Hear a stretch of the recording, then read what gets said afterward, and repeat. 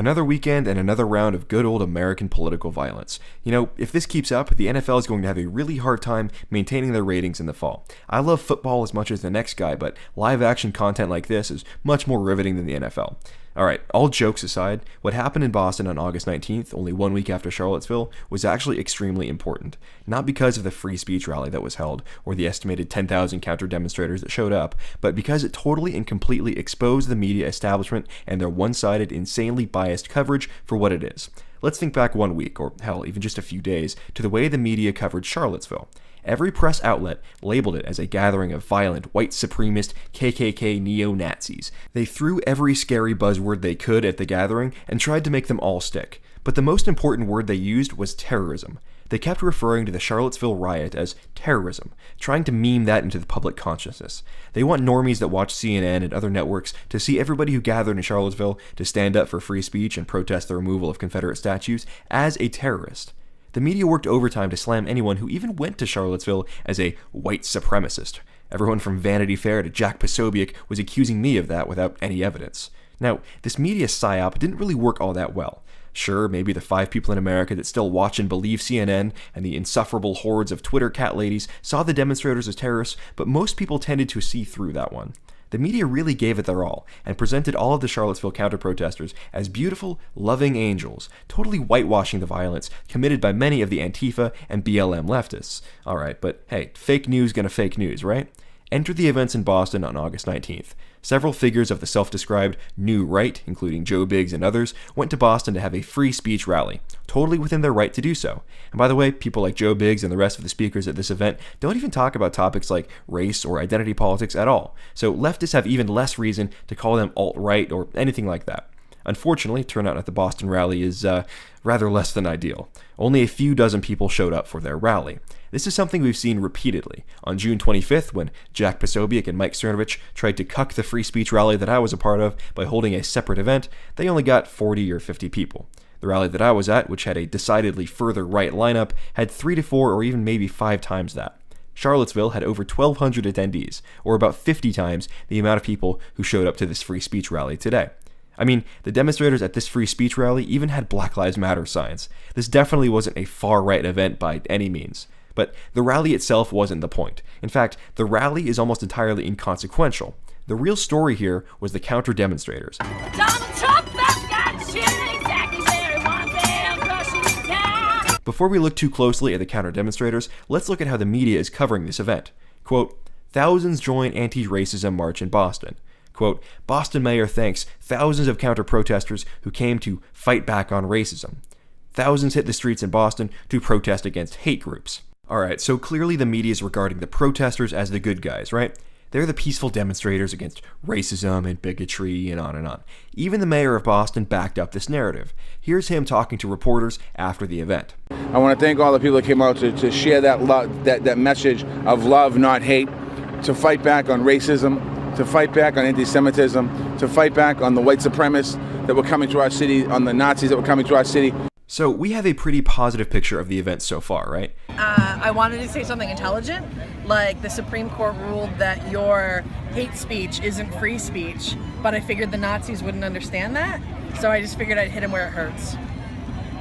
Certainly, nobody there would have been violent. The media desperately tried to paint everybody at Charlottesville as violent despite a lack of evidence, so if there was any evidence of violent leftists in Boston, surely they'd report it. Well, not quite. I'm sure CNN just forgot, but here's a video of a peaceful member of Antifa peacefully trying to steal a violent old woman's flag and then peacefully dragging her on the ground.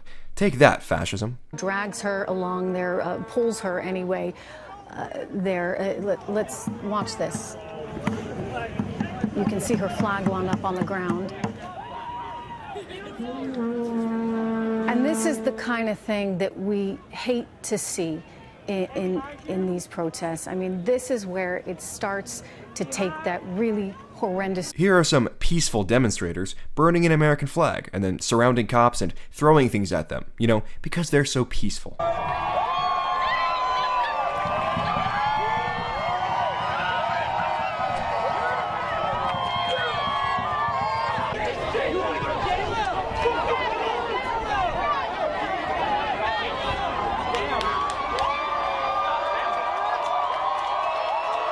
Here's a white guy who looks, from his tattoos, probably like a liberal in the middle of a political discussion before he gets punched in the face by a non-white guy. But you know what? He probably deserved it because of the legacy of slavery and colonialism. Right now. Sanitation. No. Elaborate. What does that mean? Sanitary housing. What do you think about white people? What do you think about white people? Say what you Say mean. it. People. Hate is not the answer. It's not fucking Jesus taught us to love each other. Things got so bad between police and these peaceful, fun-loving protesters that the police actually ended up with water bottles full of human urine thrown at them. I'm sure the protesters were just looking out for the cops and making sure they stayed hydrated, peaceful and considerate. Separated, and I'm sorry to report we did have some bottles thrown at our officers that did have urine in it. A couple of our officers were hit with that.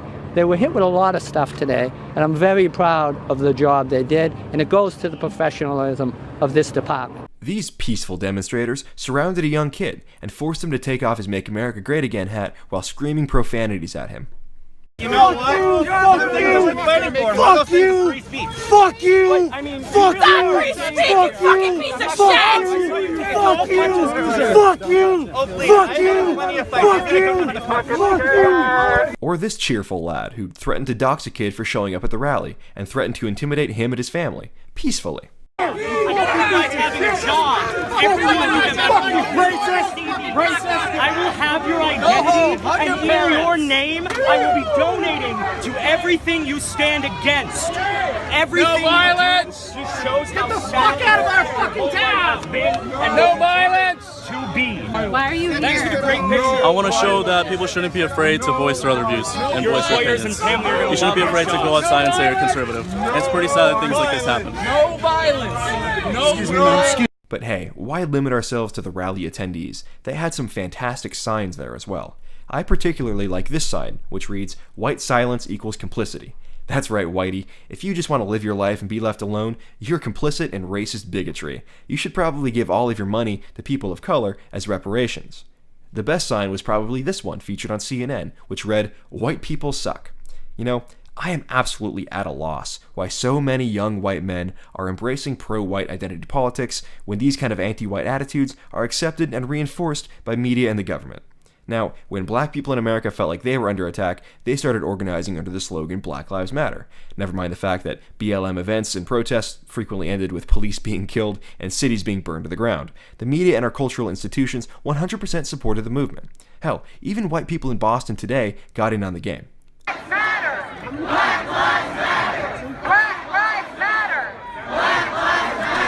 But when white people in America feel like they're under attack and feel like saying, hey, white lives matter too, that's considered racist and bigoted.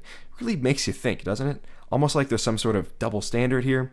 Anyways, we can all agree that there is a massive double standard with how the media covered each of these events. I hate talking about this double standard all the time, but you know full well that if groups of right-wingers were surrounding and screaming at cat ladies, the media would have had a field day with supposed right-wing terrorism. You know that if attendees at Unite the Right had thrown water bottles full of urine at police officers, there would be a push to get those people labeled as domestic terrorists and threats to law and order. And you know that if a right-winger had stolen a leftist Antifa flag and dragged her around to the ground, the media would be incessantly pushing a narrative about violent right-wing misogyny. But they're not, and they won't. So it's up to us to spread the truth.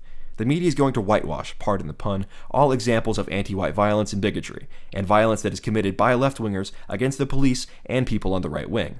I've included a link in the description to a Twitter thread where all of the videos I used in this video are cataloged. Find them there and share them with people so people can see what's really going on, not the smiley face, unicorns, and happy rainbows version being presented by the media. I'm concerned about the direction this country's going. I'm concerned that we're entering a new miniature civil war where bands of right-wingers fight left-wingers in open combat in the streets. This creates an opportunity for the government to step in and seize power, promising the people peace and stability. It certainly wouldn't be the first time in history something like that has happened, and I hope we can avoid it here.